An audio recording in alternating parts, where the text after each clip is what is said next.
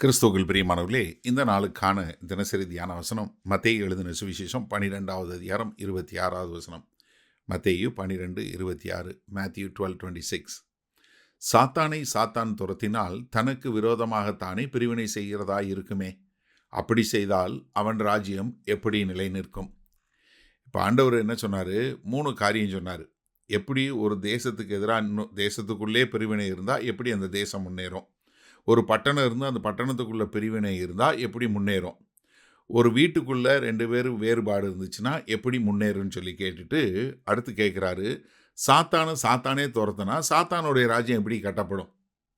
அதாவது நான் சாத்தானை துரத்தினேன், நீங்கள் என்ன சொல்கிறீங்க, சாத்தானுடைய தலைவனை கொண்டு நான் சாத்தானை துரத்துறேன்னு சொல்லி சொன்னால் சாத்தான் எப்படி அவனுடைய ராஜ்யத்தை கட்ட முடியும்?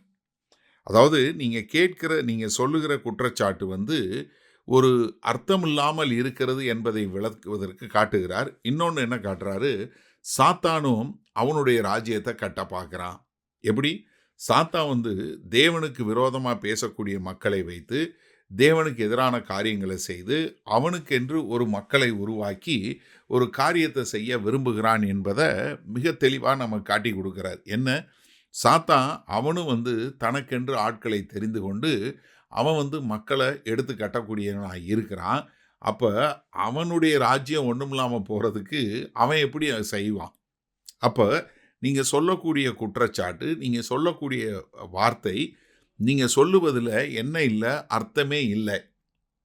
ஏன்னா நான் என்னைய ஒன்று நீங்கள் என்ன புரிஞ்சுக்கொள்ளணும், சாத்தானை அழிப்பதற்கு நான் வந்திருக்கிறேங்கிறத தெரிஞ்சு கொண்டீங்கன்னா உங்களுக்கு என்ன விளங்கும்?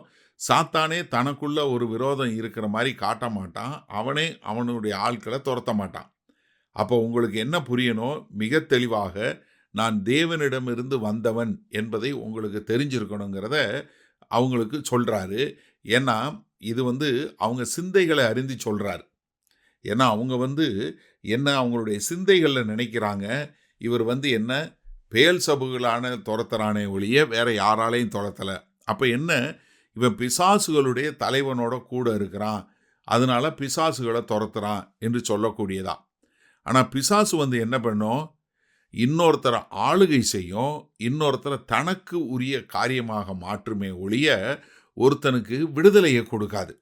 ஏன்னா பிசாசு முழுவதும் நீங்கள் பார்த்தீங்கன்னா பிசாசு எப்பொழுதுமே மற்றவர்களை ஆளுகை செய்து மற்றவர்களை தன்வசப்படுத்தி கொள்ளுமே ஒழிய ஒரு மனிதனுக்கு விடுதலையை கொடுக்காது.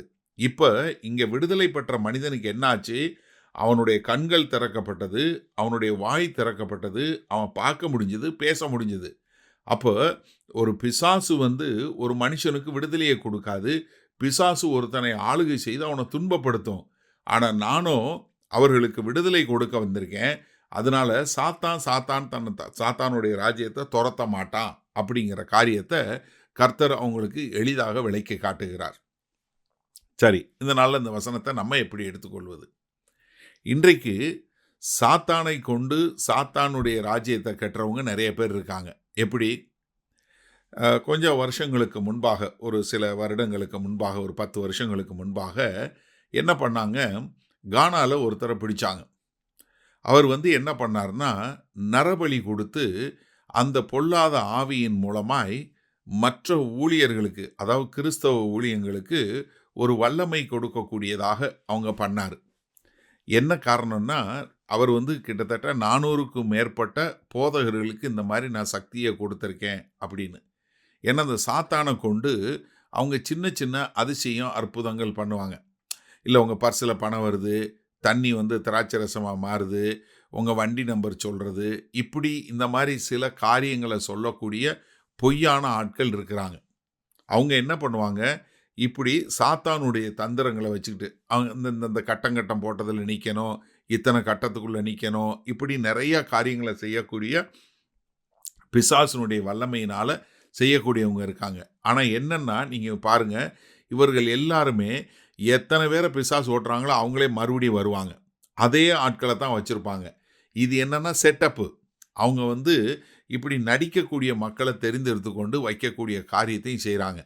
ஆனால் தேவனுடைய ராஜ்யத்தில் உண்மையான ஊழியக்காரங்க சொல்லும்போது இயேசு கிறிஸ்து நாமத்தினால போன்னு சொன்னால் எந்த பிசாசும் போயிடும். எந்த பிசாசும் என்ன பண்ண முடியாது, இயேசு கிறிஸ்து நாமத்திற்கு முன்பாக நிற்க முடியாது. அதனால தான் இயேசு கிறிஸ்துவை பார்த்த உடனே ஓடி வந்து அவருடைய பாதத்தில் கீழே விழுந்து என்ன சொன்னாங்க? ஐயோ, எங்களை வாதிக்கவா வந்திருக்கிறீங்க? எங்களுடைய நேரம் இன்னும் வரவில்லையே அப்படின்னு சொல்லி, இவர்தான் தேவனுடைய மெய்யான குமாரன் என்று சொல்லக்கூடியதா. அப்போ எனக்கு அருமையானவர்களே, சாத்தானுக்கு விரோதமாக வேலை பார்க்க மாட்டான். எப்பொழுதுமே தேவனுடைய ஜனத்துக்கு எதிராக விரோதமாக வேலை பார்ப்பான். ஆனால் தேவனுடைய வல்லமைக்கு முன்பாக எந்த சாத்தானும் நிற்க முடியாது. வல்லபிதாவே, இந்த அருமையான நல்ல நாளுக்காய் நன்றி. இந்த செய்தியை கேட்டுக்கொண்டு இருக்கிற ஒவ்வொருவரும், ஆமாண்டவரே, தேவனுடைய ராஜ்யத்தினுடைய காரியங்களுக்கு முன்பாக, தேவனுடைய பிரசன்னத்திற்கு முன்பாக எந்த சாத்தானும் நிற்க முடியாது என்பதை உணர்ந்து உமக்கென்று வாழ எங்களை ஒப்புக் கொடுக்கிறோம். மீட்பெறும் இரட்சகருமாகிய இயேசு கிறிஸ்துவின் மூலம் பிதாவே, ஆமேன். கர்த்தர் உங்களை ஆசீர்வதிப்பாராக. நாம் இன்று மாலை மன்னால சந்திப்போம்.